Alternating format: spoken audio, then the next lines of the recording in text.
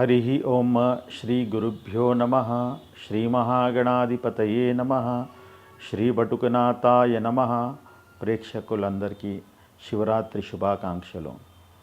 ఈరోజు మనము ధనపరంగా ఇబ్బందులున్నా లేకుంటే ధనంకి మనం ఏ విధంగా ఆకర్షించుకోవాలన్నా ఆ శివారాధన ఏ విధంగా చేసుకోవాలనేది మనం తెలుసుకుంటాము.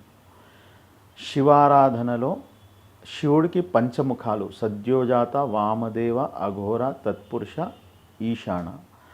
ఈ ధనపరంగా మనకి స్వామికి ఏ ముఖానికి ఆరాధించాలంటే ఈశాన ముఖానికి కానివ్వండి, సద్యోజాత ముఖానికి కానివ్వండి ఆరాధించాలి. ముఖ్యంగా ఓం సద్యోజాతాయ నమః, ఓం ఈశానాయ నమః అనే నామంతో స్వామికి మనం పూజించాలి. ధనప్రాప్తి గురించి కల్వ పూలతో స్వామికి అర్చించాలి. నేటి దీపం వత్తు ఉత్తరం వైపు పెట్టి నేటి దీపం ఒక దీపం ద్వారా స్వామికి దీపారాధన చేయాలి. స్వామికి మారేడు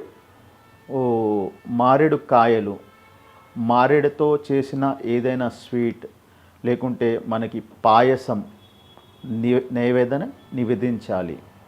ధూపం, మంచి సాంబ్రాణి ధూపం స్వామికి వేసి, అదేవిధంగా మనకి ఈ రకరకాల పండ్లతో స్వామికి అభిషేకించాలి. ధనప్రాప్తి గురించి విశేషంగా ఆవు నెయ్యితో మరియు చెరుకు రసంతో స్వామికి అభిషేకం చేయాలి. తద్వారా మీకు ధనలాభం ఖచ్చితంగా కలుగుతుంది. రుణముక్తి, ధనానికి సంబంధించింది ఇంకొక విషయం రుణముక్తి.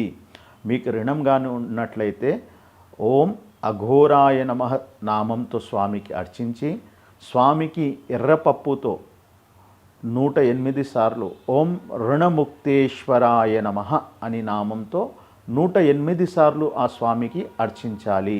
ఎర్రటి పుష్పాల ద్వారా స్వామికి అర్చించాలి.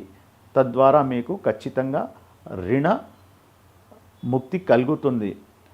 ఇదే విధంగా మనము కానీ ఖచ్చితంగా మీ జాతక చక్రంలో 5వ స్థానం 9వ స్థానం లగ్నానికి ఖచ్చితంగా అనుసరించే ఈ ఉపాయాలు చేయాలి. ఎందుకంటే ఈ రుణముక్తేశ్వరాయ నమః శివుడికి ఎన్నో నామాలు ఉన్నాయి.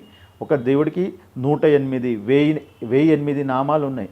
కానీ మీ ఒక జాతక చక్ర ప్రకారంగా మీరు ఏ నామాల ద్వారా స్వామికి అర్చిస్తే మీకు లాభం కలుగుతుందో ఆ నామం ద్వారానే మీరు ఆ స్వామికి అర్చించాలి. తద్వారానే మీకు పూర్తి ఫలితం ప్రాపిస్తుంది. లేకుంటే మీకు పూర్తి ఫలితం రావాలంటే చాలా కష్టం. ఎందుకంటే తలనొప్పికి చాలా మెడిసిన్స్ ఉంటాయి, కానీ ఎవరికి ఏ మెడిసిన్ సూట్ అవుతుంది అదే ఇవ్వాలి. కాబట్టి ఆ అనాలిసిస్ ఎలా చేస్తారంటే మీ జాతక చక్ర ప్రకారంగానే చేస్తారు. శుభం భూయాత్. Please subscribe to the channel and download the Politicos app from the links in the description.